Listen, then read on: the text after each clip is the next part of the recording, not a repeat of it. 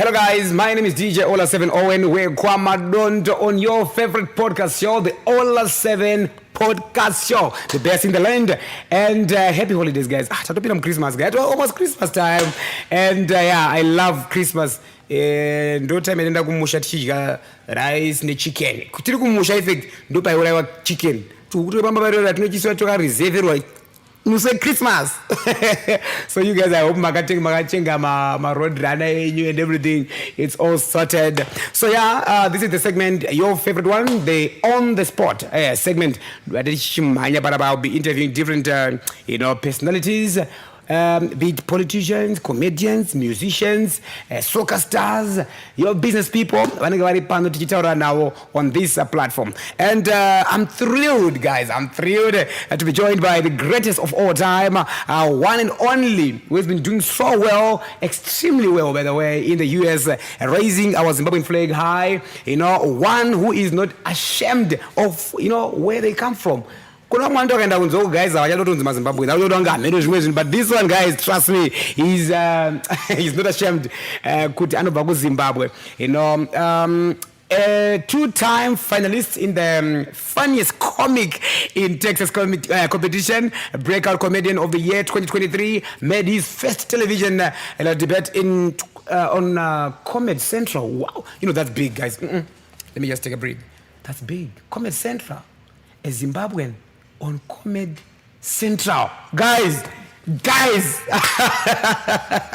He also performed on Kevin Hart's Heart of City. Ladies and gentlemen, allow me to introduce the one and only this brother, Alfred Kainga, guys.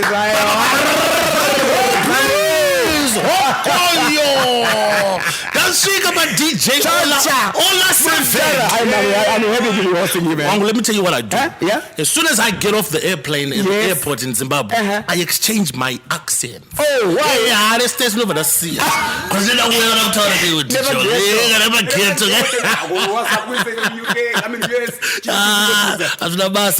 my brother, it is an honor, to have you on this show. Man, I'm glad to be here, man. I'm excited, man. You're doing well. Yeah, I can tell you're doing well when I'm sitting on a couch like this. Yeah, this is a heavy sofa right here. You must have got this from the State House, my guy.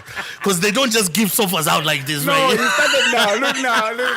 I know you're doing well because you got paint in the back from Match Paint. Exactly. This is amazing. This is Alfred Kainga. We're in a big building, beautiful stuff, man.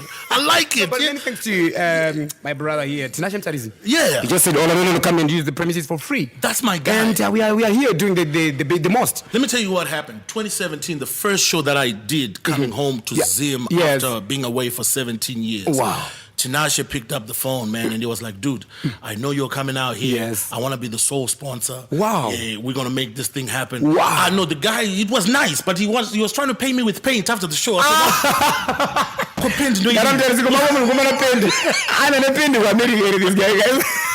I had to go to the property brand. Exactly. No, but it was good though. They took care of me, man. It was nice. So this is nice. I'm glad to see how are you finding your time in Zimbabwe? I love it, man. It's back home. It's coming back home, Yeah. But, I think I've lost about 7 kgs already in 2 days. Oh. Because it's so hot. It's so hot, my guy. Tell us about the weather, like in US and now in Zimbabwe. So you're coming from frozen temperatures, right? And then all of a sudden, now, frying pan. Personal warning. I'm not like a heavy 3-4 my jacket. Exactly, what do I do? Otherwise, Boss, and also the rains. Hakuna mvura. Unazanda kuna kupi? Aba pazasa. Papi. Pambare muna third.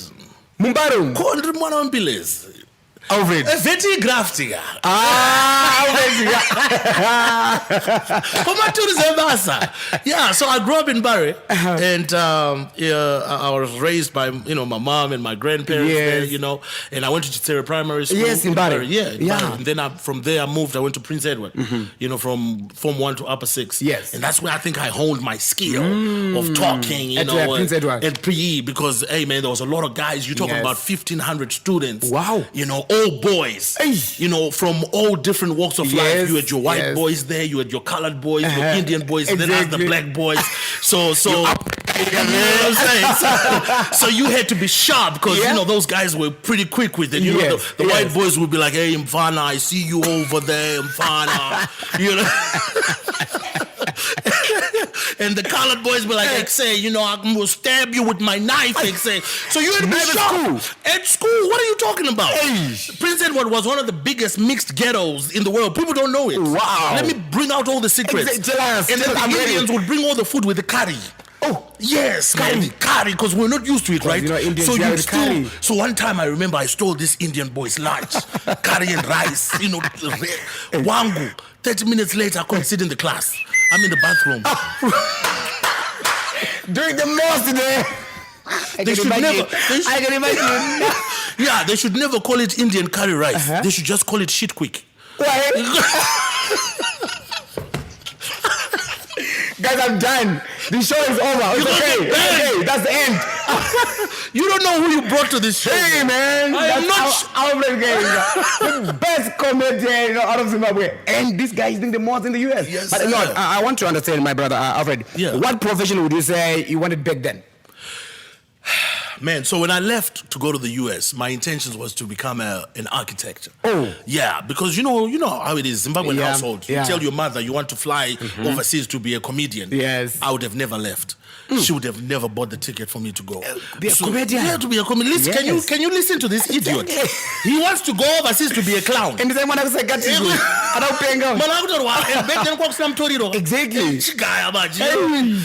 So that's what I wanted to do. And I went and I flew out there. But man, the bug for comedy hit me because I always was funny in school and everything. And I just decided one day, you know, a couple of my friends in college, they were like, dude, just get on stage and see what happens. And I wrote like 3 minutes of my material because I called the club. Oh, yeah. And I said, hey, I hear you guys do comedy. Can I come and do my stuff? Yes, there. And there. And the guy said, this is the right place for you to start. You can come and we'll give you 3 minutes. But I was so naive. Yeah. I said, 3 minutes? I said, my guy, I'm so funny. I need 30. 30 instead of 3. So he says to me, this white guy says, he said, have you ever done stand-up comedy before? I said, no, but I'm funny. He said, boy, let me tell you something. You need to bring 3 minutes. So I was like, okay, cool. And he said, I'll give you a week. So I wrote my 3 minutes, man. Whole week I'm practicing. Pamira, you know, I'm practicing, I'm timing it. Exactly. I had a clock and I'm timing it. Exactly. And every time it's hitting 3 minutes, I said, I got it. Exactly. I got it. So I went to the club, right? And my turn comes up for me to get on stage. Yes. Everybody, there's about 20, 30 comedians, room full of people. Then I finally get up there, man. I did my set. I ran through it, everything that I practiced. I got 1 laugh and 1 clap. I got off the stage. 1 laugh. 1 laugh and 1 clap. Jeez. I got off the stage, but I was very confident in my stuff. I went backstage. I looked at the manager. I said, hey, man, how did I do? Exactly. She goes, how did you do? What did one person? You still got 2 more minutes. I was like, what? He said, you're on stage for 60 seconds. Oh. So all that stuff that I had practiced for 1 week, it was 3 minutes, it was nothing. 60 seconds. So that's when I needed to know that, okay, I got to learn. I need to learn this business. So I started learning it, man. I started going to these comedy clubs, grinding. You know, one thing that a lot of people don't understand is the United States is very talented. This is their thing. Right. Stand-up comedy is their thing. You know what I mean? Maybe that's the reason why they even picked up Trevor Noah to be their host there. Right, because that's really their thing. So I left Zim in 2000. There was no stand-up comedy. I think the only person that we knew who was doing comedy back then was Edgar Langeveld. But I'd never seen him live. No one was doing comedy like how many people we have now, right? So I'm going into a new environment that I have no idea what's going on. All I know is what I've watched on TV and what I'm seeing in the comedy clubs. But they told me, they say, dude, you're funny. You got something different. You know, because I'm talking about Africa. Exactly. I'm talking about Africa. I'm talking about who I am, right? Exactly. And they would eat it up, man. They would eat it up. Now, remember, back then I used to look like you. Oh, really? Oh, yeah, man, I was nice. Skinny? Yeah, I was skinny, bro. So what happened? Burger King, Jack in the Box, fried chicken, Popeyes. And you know, when I was growing up in Barrow, you walk to the bus. You jump on the bus. Exactly, you walk everywhere. So now you're in a car. You pull up at the drive-through. Maybe jog. Man. Yeah, I used to be a soccer player. Oh. Araf. What was the city? Comedy. Comedy is a thing. So would you agree with me when I say, maybe if I say comedy chose you? I think it did. It really did. Because the funny thing about it is when I was in high school, I used to get lashed by the headmaster or the principal or the deputy principal for being too funny, too goofy in school, disturbing class. But those same jokes today, man, they're taking care of me. And I understand you've been cracking jokes since your early days. When I was doing my research, I was like, dude. Yeah. You boy. Yeah. You know, from the primary, from the tender age, yes. Yes. Now, now mom dara like in the States. Yeah. And now I've seen you, never big names in the States. I've been privileged. I've been fortunate. I don't take it for granted. After I'd worked hard, I started working with some headliners. Bill Bellamy, Bruce, some heavyweights in the comedy game. Michael Collier, and then there was a guy named Rudy Rush. Rudy Rush used to host this show called Showtime at the Apollo. Okay. Right before Steve Harvey took it over. Oh yes. Yeah. So he came to Dallas. We did a show, and he said, "Dude, you're funny." But, we need you to keep working because I think there's some people who are going to be interested in you. Oh, wow. Right? Wow. So 3 months later, he calls me again. He said, Alfred, keep working, man, because these people are watching. Yes. I said, who? He said, I can't tell you right now. But they're watching you. Just keep doing what you're doing. So that gave me more motivation. But at the same time, I was like, I've heard it before, right? Exactly. In show business, you always hear someone promising you this and promising you that. Exactly. So I was like, whatever, Then sure enough, 1 week before, he calls me and said, hey, man, you're going to get a call next week from Kevin Hart's people. And I hung up on him, man. I hung up that phone. I said, you don't play with me. I cut the phone, man. I said, Kevin who? Me, Kevin Hart. Are you kidding me? Yeah. So you didn't believe it? No, I really didn't. Sure enough, a week later, man, they called. Kevin said, hey, man, you're brilliant, you're funny, we want to put you on TV. Man, I turned into a Nigerian gay African for about 30 seconds. I said, oh my God, Kevin, is that really you on the phone? I couldn't believe it. I was shocked, man. Hey, and it was real Kevin. It was him. And he said, yeah, man, we're going to put you on TV. We're going to fly you out, get your material ready. Yes. That's when that's when it hit me, man. Like, okay, so all these years, all this fighting that I was doing, the breaking of barriers, because I'm telling you, as an African comedian, it was really tough. Because the only comedian who was really doing well then as an African comedian was Michael Blackson. There was no other African comedian. People don't know this. This is, I started comedy in the States in 2005, before Trevor Noah was even known. Oh. You see what I'm saying? Yes. But just because there's so much competition there, I see. It takes you a little bit longer to come through. So there was a point where I was kind of hurt, like, hey, man, how come some other guys are coming through and they're succeeding and I'm not there yet. But then I understood that my time was coming. Yeah. Then when it came, we did the show with Kevin Hart, Comedy Central, and things just blew up, man. Wow. So, Guys, I'm talking to one of the best stand-up comedians we have in Zimbabwe, based in the US. His name is Kevin, Alfred Kainga. I'm not Kevin, I'm thinking of Kevin Hart. I don't know what's happening here, but it's okay. Alfred Kainga, one of the best. And guys, he's in Zimbabwe. Let's support him. Let's support him. But I don't know why, a lot of Mangma Zimbos, Vasaka support that they are one, kind of agita something big, out there. I guess they have to wait for you until you really, really blow up, right? When they see you when you're on TV. Well, because I'll tell you this. I live in Dallas, Dallas, Texas, right? Yes. We probably have the largest Zimbabwean community there in Dallas, wow. in the US, yes, in the whole US. Hey. But when I started out, man, I would invite people to shows. I would post it on Facebook. I don't even say I'll give you free tickets. Zimbabweans be like, can I just sit at church? Hey, they like what of a church? Yeah, you know what I mean. But they didn't understand at that time that they thought you're coming to a nightclub, people are drinking and dancing. You know what I'm saying? Yes. But it took a while for them to fall through, man. Because most of the time I'd have like maybe 10 Zimbos in the show. Only 10? Yeah, only 10. But how about now? Oh, now it's much better. You go to different cities because here's the thing. Because now they've seen me on TV. There's more notoriety now. Now you got Kevin Hart backing you. So it's like, okay, this guy is for real, right? Oh, yeah. But when you're starting out, it's tough, man. It's tough. I understand. Tough. And I know you are, when you're new in a city, my brother, a hood, you turn make new friends and all. Yeah. Mind you, you are from Africa. Right. Zimbabwe. Yeah. And you're trying to find your feet in America. Yeah. What was it like? Well, when it comes to the comedy game, it was really tough in the beginning because I needed to prove myself, right? Because they're looking at you like, who's this African dude? Exactly. You know, what good can come out of Africa, Yeah, Africa, right? yes. They only know of one African comedian at that point. So, like, who is this guy? Exactly. So, yeah, it was rough, man, because, you know, like I said, the comedy game in the States is very competitive.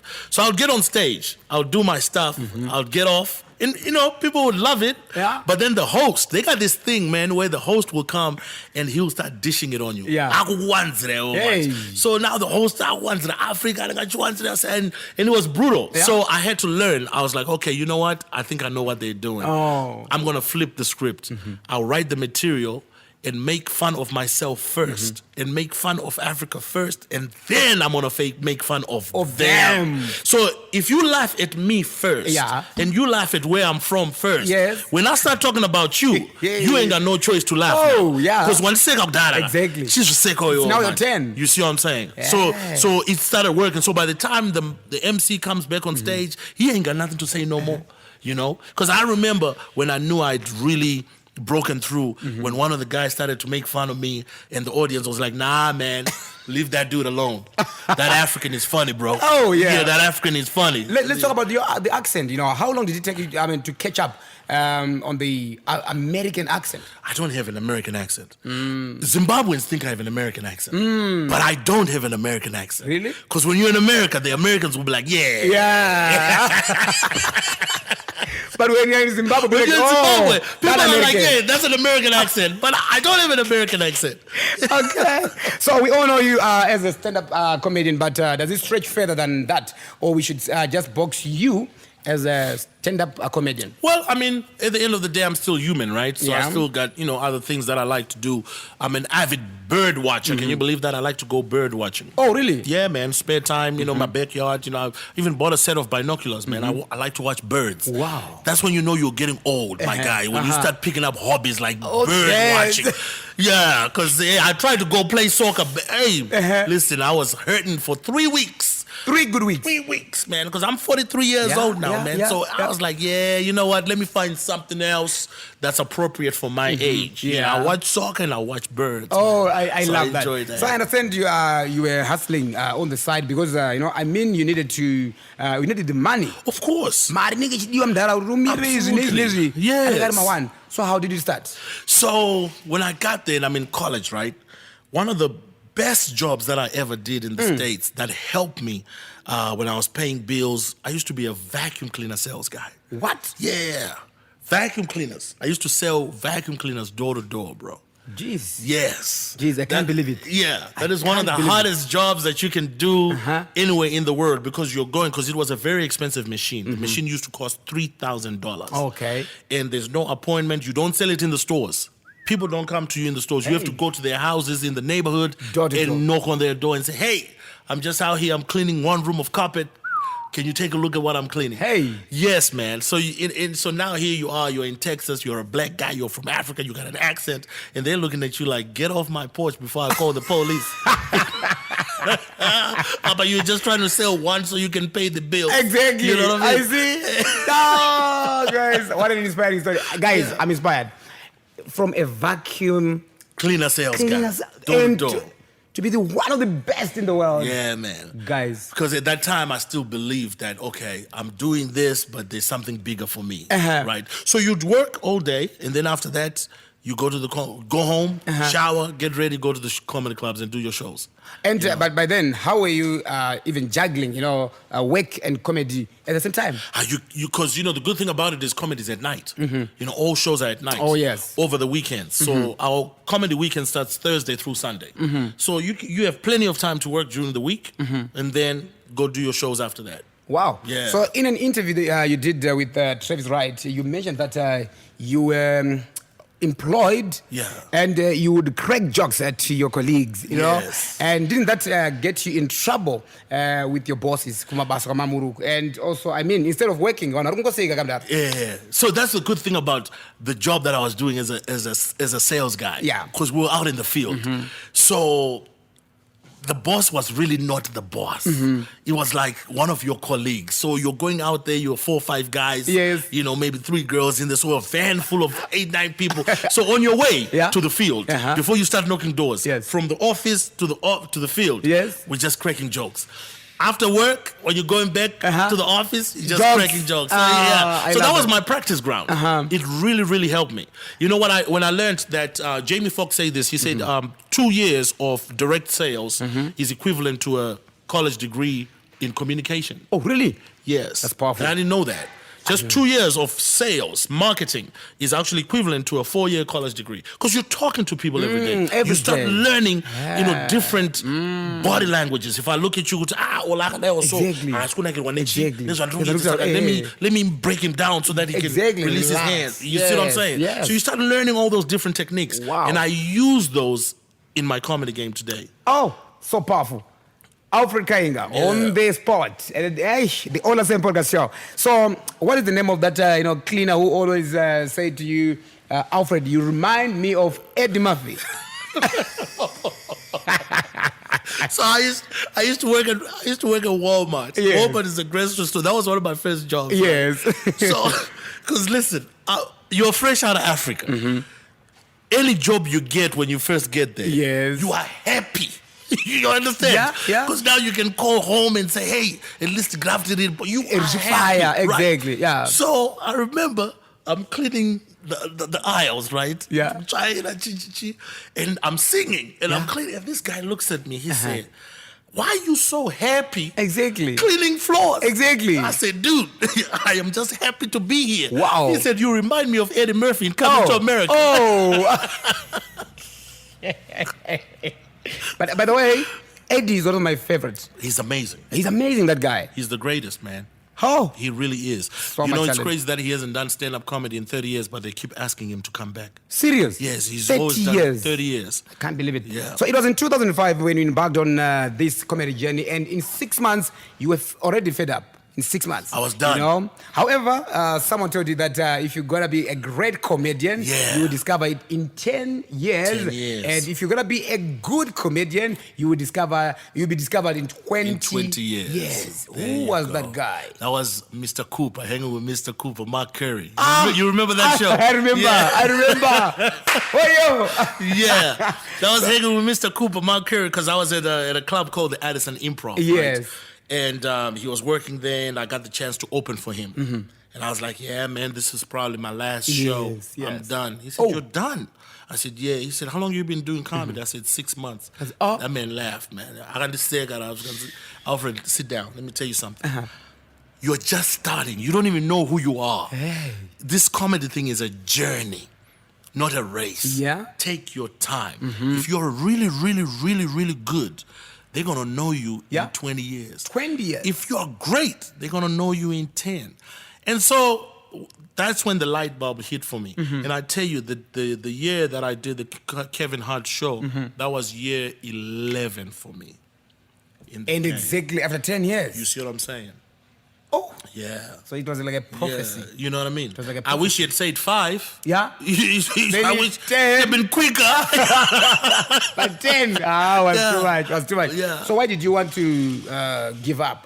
In the first place, and could it be that you were not seeing the results? Yes, I was not seeing the results. I thought, hey man, by now I should be headlining. By now I think I was too over ambitious. Because honestly, in 6 months, you are not there. Exactly. You're not there, right? But I was thinking I should have my own private jet.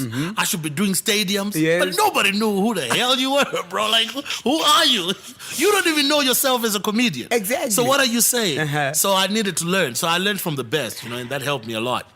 You mentioned about Kevin Hart picking you after 10 years. Yeah. So take us through the process. How did that happen? So Rudy Rush, this guy, this other comedian, the beautiful thing about our industry, what I've learned, which is something that I'm really trying to teach some of the guys here, is I am where I am today because of other comedians. It wasn't because of agents. It wasn't because of managers or scouters. Comedians put each other on.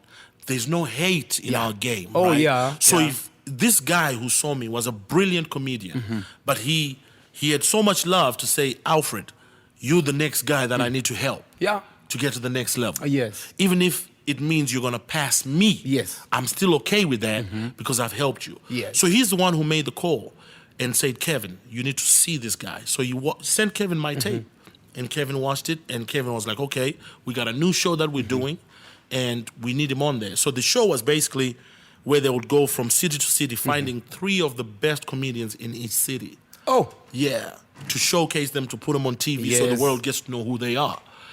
And so imagine another comedian helping another comedian getting on. He could have easily said, no, I want to be the one to get on there. Yeah. You know? So that's how the process went. And right after that, man, I was able to do shows in Canada, in Dubai, in Jamaica, to another. All because of other comedians. So when I did that show and the show aired in Jamaica, I'd worked with a Jamaican comedian. Oh, yeah. And he called me and said, Alfred, me have to bring you to Jamaica, man. You have to mash up the place in Jamaica. Exactly. I was like, wow, really? He flew me out to Jamaica and we did a show. Wow. And then it just started rolling from there. Nigeria, same thing, basketball. And how was the response, from these other countries? It was more electrifying than I ever thought. Because I didn't have to change my material. Oh, yeah? I was just me. Okay. And they loved it, Yeah. So that's when I realized, okay, so my comedy is good. It's good, yeah. You know what I mean? Exactly. Because it's universal. My jokes, I can do my jokes in Kadoma, I can do my jokes in Belgium, I can do my jokes anywhere. Anywhere. They're universal. I talk about Kevin things Hart that people picked you, relate. and what did that mean for you at that time? I bet it was like a confirmation that you had chosen the right path. The right path, man. I was pumped up. It was more of a confirmation for my mother. Oh. Yeah. Oh, because she didn't believe that. Yeah, she did. You know what I'm saying? I see. African mothers were like, exactly. But when she saw it, she was like, wow, this is amazing. So now instead of, being like, being hard on me, now she's telling everybody, that's my son. Yes. You know what I mean? So they saw the vision come to life. Yeah. So it was really good. And I don't want to get mixed up, okay? Yeah. I need clarity. When you were boxing items at a shop, or you were kongoji shanda kwakuya. Yeah. Just say, why per time iyo vanhu vanga vasitwa kuziva?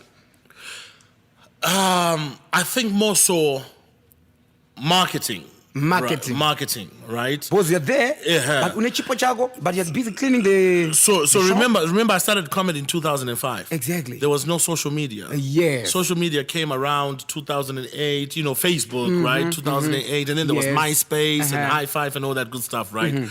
And so for us, guys who started stand-up comedy on stage, we were not internet comedians. We didn't know what internet comedy was, right? Yes. So that came years later. You know what I mean? So someone who could pick up the phone and do a skit in 30 seconds became more famous than you. You were on the stage in the comedy clubs.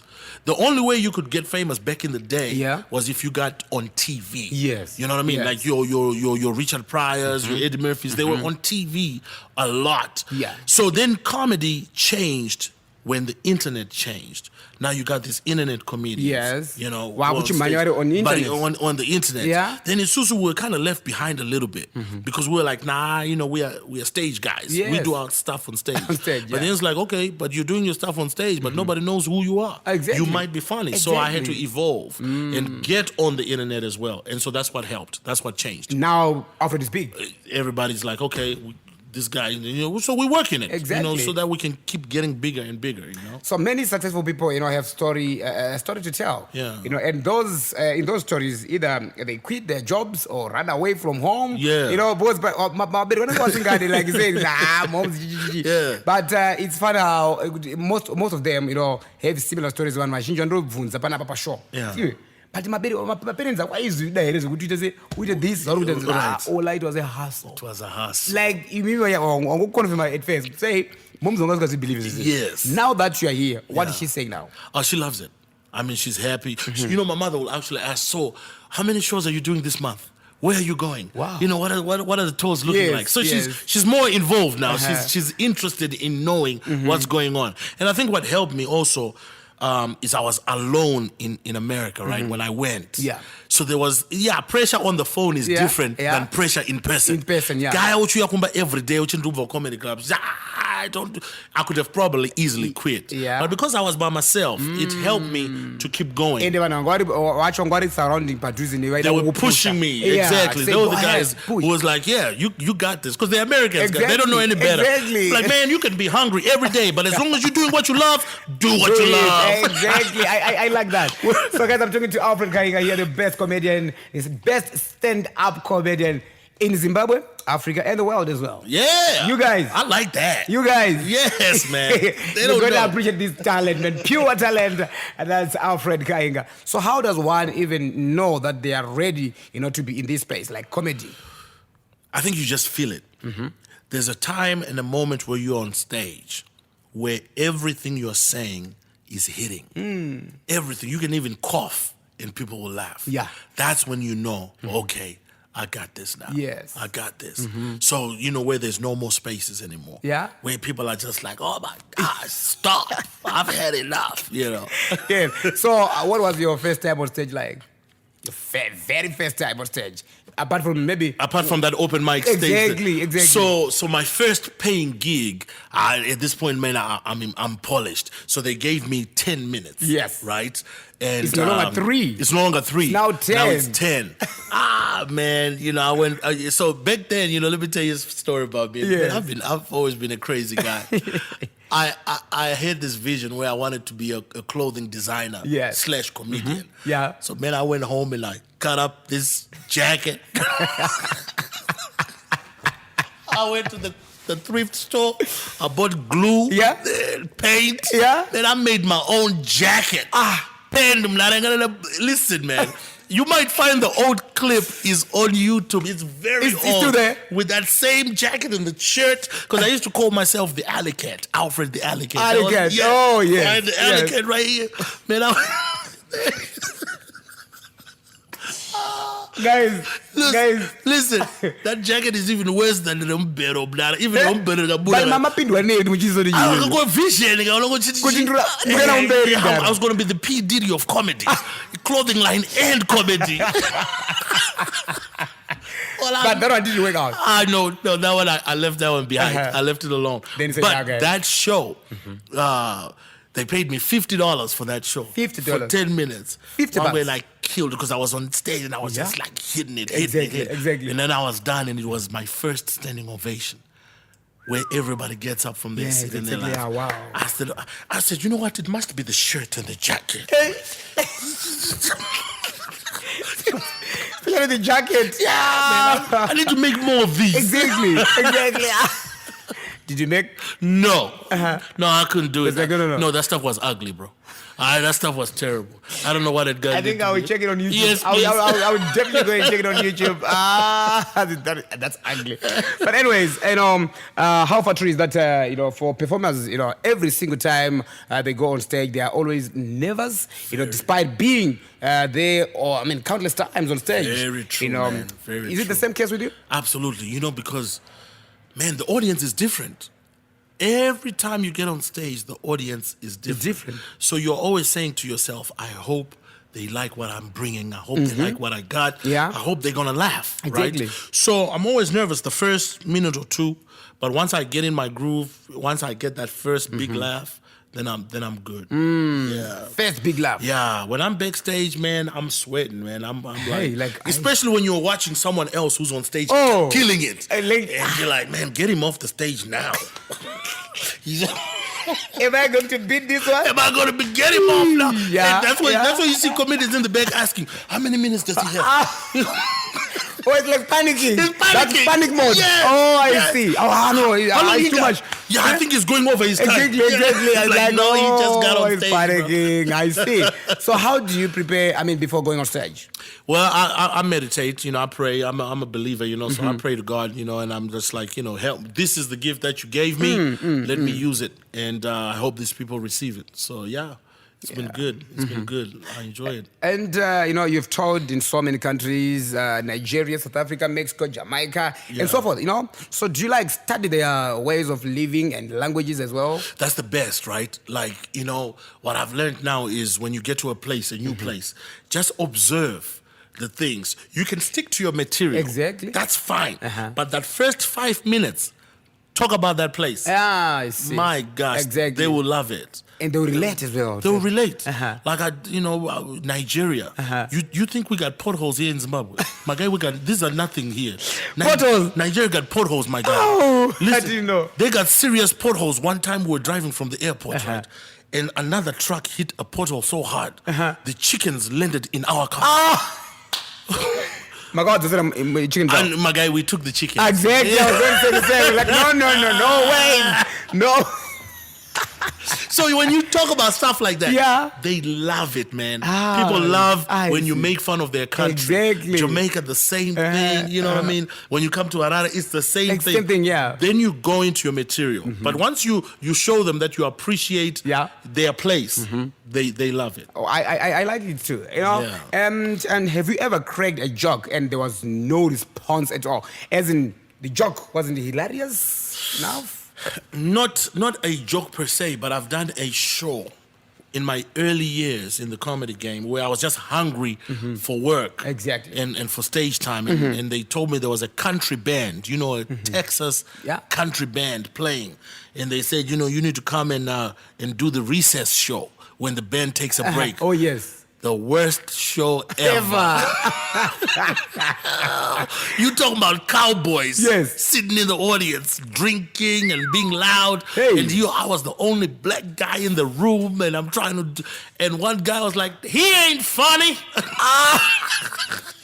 It was so bad. Did you feel discouraged? Very. Yeah. I think that was one day where I was like, yeah, you know what? Maybe I just need to leave this alone. They go out together. I was still new, man. I'm probably a year in the game. Oh. Yeah, but after that, I've been good, man. And how do you keep the audience glued, when you are performing? How do you even know this particular topic will make them laugh? Well, you have to believe in your material, right? You have to believe in your stuff. And I have a lot of energy when I'm on stage. I move around, So I make sure that, my material draws them in. And if I see that it's not really working like that, I always pivot. You always got to have something in your bag to pull out quick. You got to be quick with it when you're on that stage. There's a science to it, really, So it becomes second nature when you've done it over and over and over again. Yeah, I understand. That's and it must be the very difficult, profession ever, having to make people laugh. Yeah. And because what if they don't laugh?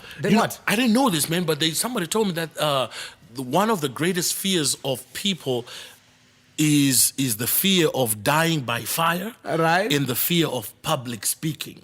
Dying by fire and public speaking. Those are the top two. Why those two? People are petrified of standing in front of people and everyone is looking at you and now speak, listen, we're listening. People are scared of that. Exactly. And then obviously no one wants to die by fire because imagine you die by fire here and then you go to hell. My gosh, and then you times two. My guy. The first one and the second one. So, the Alfred we see on TV. Yeah. Is it the same Alfred we see at home? Is it the same? I don't know. You'd have to ask people that I live with. But no, I'm real chill, man. When I'm off stage, I'm real laid back. Because I want to make sure that I separate work from my personal life. Man. So that's just what I do when I'm on stage. I'm that guy. I switch it on. Exactly. Yeah. But I think as a comedian. It's very hard for you to be taken serious, because everything you say is accompanied by a joke, right? Maybe I'm wrong. Yeah, you're right, because sometimes it's difficult. People are like, are you serious? Exactly. Or are you joking? Exactly. I'm like, I am serious, I am serious. My pants are on fire. Hey. So, Alfred, you make people laugh. Yeah. But who makes you laugh?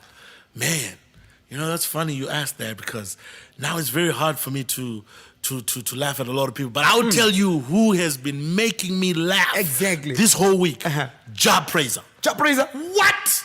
Why? Bruh, Did you see that 18-minute video he did? Exactly. That one with makeup. That was brilliant. Oh. He is the best comedian in Zimbabwe right now. The best comedian. That was brilliant, my guy. Do you think he should leave the stage and focus on no, he really can do both. He really can do both because that whole persona that he had, dude, that would look like Professor Clumps. Exactly. You know, that was Mama funny. Jack. Yeah, exactly. but the way he was the delivery. Yes. The delivery was brilliant. Wow, I loved it too. I love that one.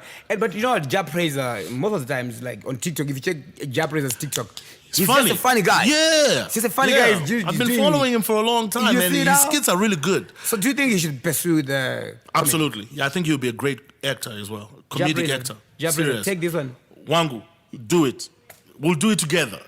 You see? Funny, real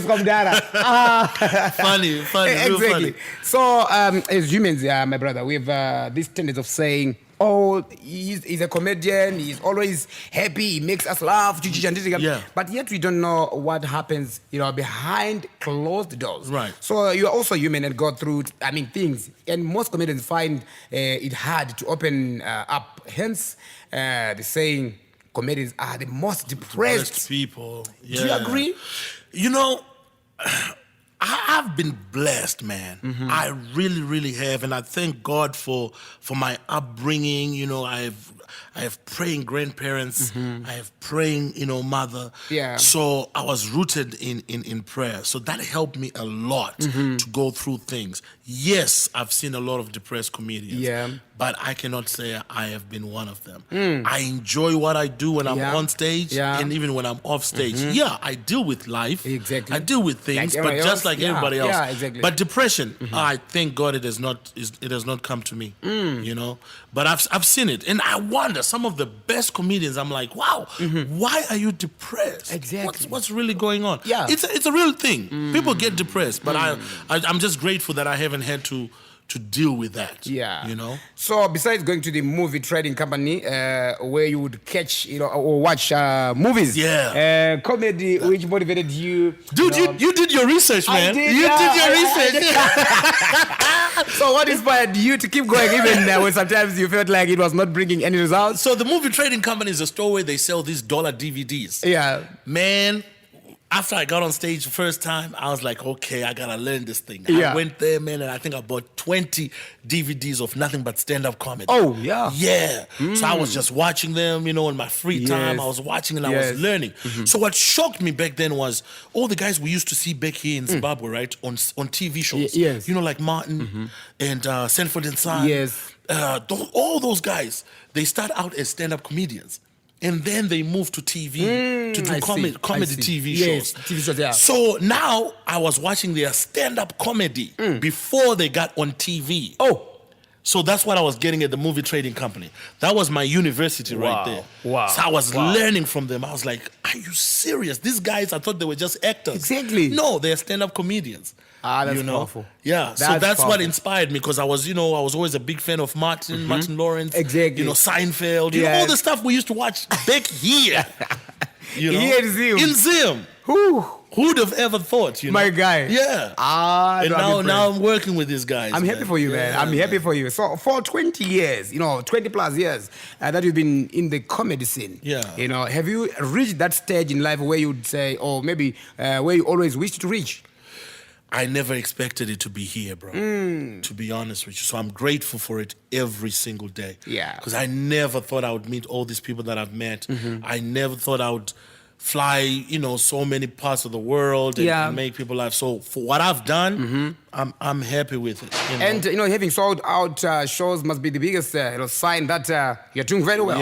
Yeah. We thank God. Yeah. And you started before the invention of social media, like you said, and but now everyone and anyone who thinks funny can just go on social media, record themselves, like, okay, guys, skit or whatever. They can do it. Yeah, but and if they are indeed funny, they go viral. Exactly. They go fire. Exactly. Do you think if we had social media in the era you started, you'd have been, or you'd have popped Probably quicker. Yeah, definitely. Oh. Definitely. Yeah, because, these guys, they have really embraced the internet, man. Yes. They have really embraced, like, especially here in Zim, man. You got Alan Skits. Yeah. He's Alan funny. Skits, yes. Yeah, Yaya Good Vibes. Exactly. Dude, they have embraced the internet and they are good at it.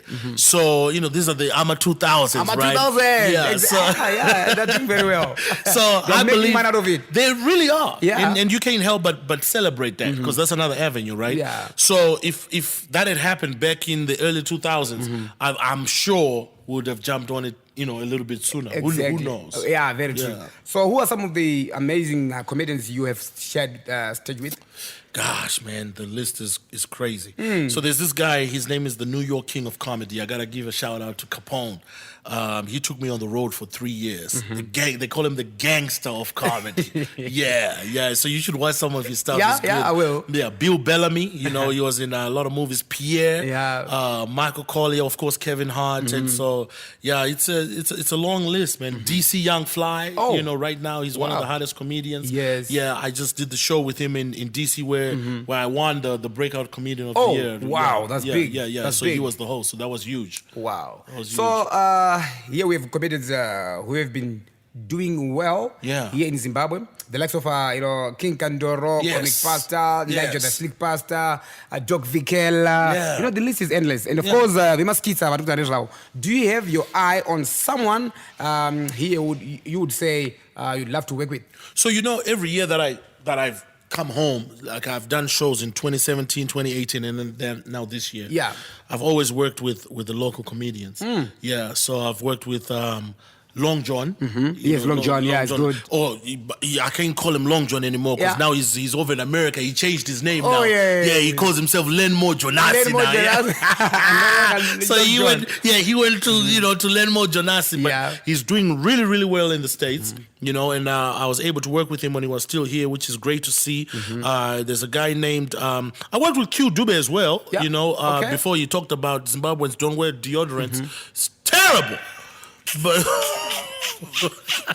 But we'll forgive him. We'll pray for him. Guys. We'll pray for him. Okay. Yeah, you know, because I know some of us don't, but not all of us. But you can't say all of us in front of the South Africans. Hey, say all of us. All of us. Like, okay, you guys need this. He did another one. He said, okay, you guys, I think you need this. I know, right? I was like, oh, this guy.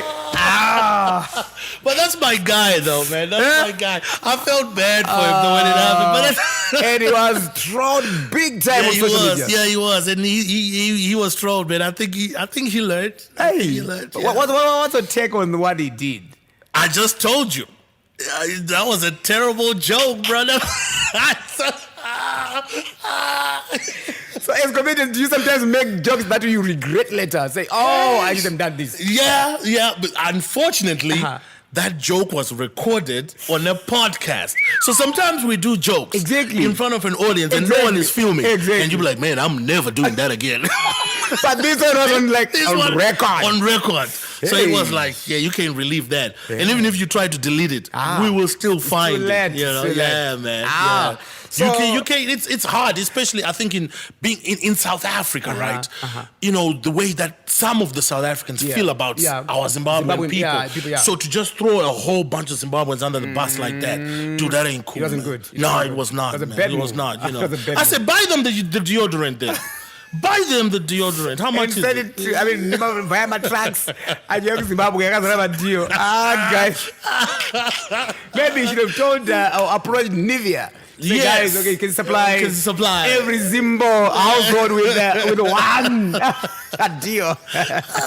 So have you? I mean, you have a daughter, and how is fatherhood? It's gosh, man, it's amazing. Yeah, she a lot of questions. You know, these kids now, they're different. They're the internet kids, right? Exactly. So they know they questions. Yeah, they ask you questions. You know, they're on the internet, YouTube. You know, let me tell you a story. You remember back in the day when your mother didn't want to do something and you ask her, you say, Mom, can we do this? I'm like, no. Not today. Exactly. I did that the other day with my daughter. She came, she asked me, she said, Daddy, what are we doing today? I mean, I was tired. I just wanted to sit and watch soccer. I said, baby, it looks like it's going to rain today. So I don't think we're going to be able to go outside. Dude, I'm in the kitchen, right? And I'm cooking. Next thing you know, I hear behind me, this girl says, hey, Siri. what's the weather today? Jeez. I wasn't expecting that. Not at all. Like, and then Siri says, "Oh, the weather is so beautiful today." So Daddy, you gotta make the plan right away. I was just looking at the pot, so I was like, golly, man, we gotta go. And you're not even ready to go out. Yeah. So she came around the corner and she said, Daddy, Siri said it's beautiful today. Hey. There's no rain. We gotta go. I said, just get your shoes. Let's go. Get your shoes. Where did you go? Park. Hey. I don't park. I don't want to park. So as artistic as you are, I'm sure, I mean, you would also want your daughter to be artistic too. Absolutely, man. She can follow her own path if that's what she wants to do. You know, I would not hold it over or against her. So there's a phrase you mentioned at I Am Fun podcast. Yeah. You know, that says, the harder you work, the lucky you get. That's true. Close quotes. So maybe if you can simplify it for us. Okay. So I really believe in this philosophy that sometimes luck, people think it will happen just as you're sitting. But no, it really doesn't. Look at you, for example. You've been working hard. Yeah. You've been doing your thing. You've been making a lot of noise. But then some things happened. But then you still got lucky. Exactly. Right? Yes. Look where we are. And you said you could use this space. Yes. And then now you got your own podcast. Exactly. Now you're creating your own lane. Exactly. Your own avenue. Yes. But that wasn't because you were sitting and just waiting for something to happen. No, you were already working. Yes. You know, some of those interviews that you had done, we were watching them like, wow, this is really cool. Yes. Look at all of what he's doing, right? Yes. You were working hard. You were putting in the work. Yeah. And you got lucky. You might have thought, the worst has happened. Exactly. But you got lucky. What a big move. Right. Yeah. You see what I'm saying? Yeah. So you just got to keep trucking on, man. You just got to keep working hard, and you never know. Something amazing will happen right there where you think, I'm done. I'm really inspired. Yeah. I'm really inspired. Especially this one. Because when I left, you know, I was like, okay. Yeah. Is this a really good move? Yeah. Am I going to regret it? But when I got the support, I was like, okay. I got this. Let's do it. Yes, sir. And here we are, talking to Alfred Kainga here on the All 7 podcast show. Guys, what else do you expect? This was amazing, man. So what about those who work hard but, never get lucky? Or those who are lucky, yet they do not put any work? Man, I really don't believe that you can just get lucky. See, you know what it is. Look at everyone who has won the lotto, or the lottery, right? Exactly. Big money. Yeah. In 3 years, most of them are broke. Why? Because you got lucky, too lucky. Without working too hard. Yeah. You can't just get luck like that. It's hard to sustain. You got to put in the work, man. Nothing is free. Yeah. Those are just universal laws of nature. You have to work. You're going to reap what you sow at the end of the day. That's all it is. Yeah. I believe that. And you have a show on the 23rd. Yeah. 23 December. 23 December. Homecoming comedy night. Yes. In your name as well. So fill us with the details, please. Say what is happening. Okay. So I love this venue. It's called Reps Theater. Yeah. Right. And so we're going to be doing that show there, December 23. Yeah. 7:30 p.m. And tickets are on sale right now. Right now. Guys, so, go grab your ticket right now. Yes. At Reps Theater. Reps Theater. Yeah, on location. Oh. So, and I got 3 opening acts who are based right here in Zimbabwe. A young man named Tinaye. Tinaye is good. I love Tinaye. Tinaye is brilliant. Yeah, brilliant. Tinaye is really, really good. Yes. And then another young kid named Ian Peary. Yes. Yeah, and then we got another young girl. I don't remember her name because I've never worked with her before. Yeah. But I know these two, so I'm excited. And this is extra time, promotion. So I'm excited to do this show again, man. Wow. I want to be able to come home and do this every year. Yes. But, Nash Paint gotta stop paying us with paint, man. And give us money. You want money? Yeah. Mr. Mtarisi, this guy says money. Not a tin of paint. And more investors, more sponsors. That's what we need for the industry to grow as a whole. Exactly. Yeah. So how different is it, performing in your hometown as compared to other countries? The best show for me is when I can do Shona in English, mix them up. Switch, yeah. Yes, I love it, and that's just the best. Knowing that you're performing for your own home people. Zimbabwe got the toughest crowds in the world, because if you're not funny, they're gonna let you know. Exactly. Right? No, you're not funny. Yeah, you're not funny. They're gonna let you know, man. So that's why I like coming home to do this. Yeah. So what had you missed most about Africa? It's home, man. It's home. Yeah, I've lived half my life here, half my life overseas, but home is home. This is where my roots are. Yeah. Like as soon as we drove in from Bulawayo, yeah, dude, I was recognizing, the roads. I'm turning. Exactly. I'm like, okay, we're gonna go to Great Island. It just all comes back. Yes. Everything yes. just comes back. Yes. That's home, man. I like it. That's home. Even the no deodorants, I love it. You take it all in. Yes. These are our people. And since you've been away for quite some time now, so many years, we have a new street lingo, ma streets wadi, kuf kaf, takaenda, kudamba. Urukumazeri ma Mama acha anondivara. Mulundu kwa. Ndipi. Yeah, you have to ask your silent killer. That's silent killer. No, I'm not gonna answer that one. Mulundu kwa. Wow. Kuf kaf. There's one that killed me after the last show that I did the last time. Mdara murukumberi. Makumberi mberi se omwe Ebron. I was like, wow. I was like, yay, that's a good one. My street lingo every day. I don't know ukana team yemtoriro ine lingo yayo ukana tichi takano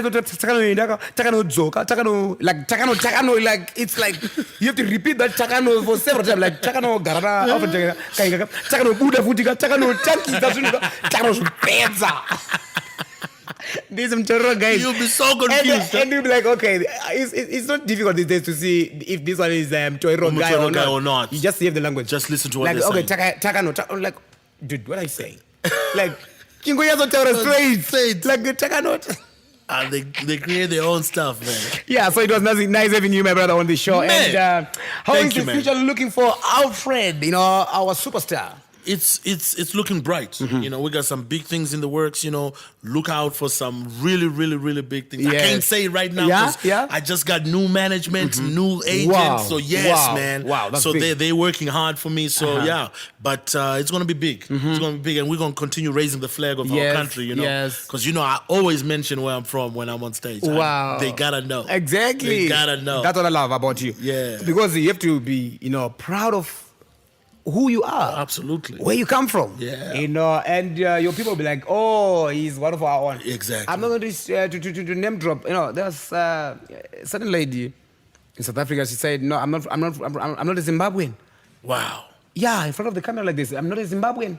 Wow. Yet everyone knows that she is a Zimbabwean. Yeah. I don't know why. No matter what paper you carry, you bro. see now? The paper does not change your DNA. You know what I mean? Straight up. Yeah. So your parting remarks, my brother. Thank you so much, man. Hey, Zimbabwe, let's keep shining. I need to see everybody December 23rd at Reps Theater. Tickets are on sale right now. $10 $10. Shit. Guys, I'll be there. Kushoya Mkoma Alfred. Yeah. I'll be supporting his comedy night show. And I'm paying. I'm not going for free. No. I'm paying. We're going to give you tickets. But no, my brother. Is it not like I'm doing something because I'm giving you 10 years. You're coming from the US. No. It's not going to happen. So you just come on. Just come to the show, man. You have to give me back, my guy. I got you. You have to give me like something like... I will take care of you. Oh! Guys, it's all right. But I think I need some few tickets to give away to, our viewers. How do we do it? Let's do it. So guys, comment section. Yeah. Comment section. Ask a question. Okay. Yeah. Question. No, I'll let you ask. Okay. One. Okay. Then whoever gets that right. Yeah. Two tickets. Two tickets. Right, it's right. Oh, yeah, yeah, sounds good. So you ask the question. So the question is, what job was I doing door to door? Yes. So if you're listening, I'm sure you'll get the ticket. All right, guys. Thank you so much for watching the All 7 podcast show. And I've been hosting this brother of mine, Alfred Kainga, US-based, a comedian. But guys, he's our own. He's a Zimbabwean. Yes, sir. He's a Zimbo. We love him. So, guys, thank you so much. And you can follow us on all social media platforms at DJ All 7. Don't forget to subscribe. Bye-bye. Cheers. Good night.